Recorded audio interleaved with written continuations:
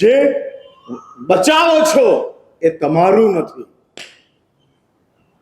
અને જે વાપરો છો એ તમારું જ છે. બીજાના પુણ્યથી તમને સુખ મળતું નથી, તમારા પુણ્યથી જ તમને સુખ. નિમિત્ત બીજાનું હોય, સુખ તમારા પુણ્યના કારણે છે. એટલે આ બધું સમજતા જાઓ.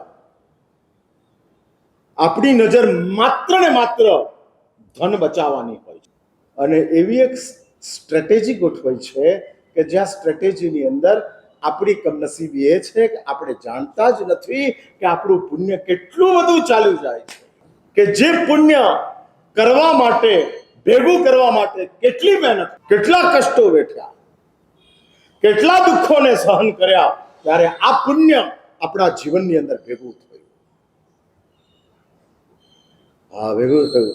એટલે જ શાસ્ત્રો કહે છે કે શોખ છોડ સાદગીમાં.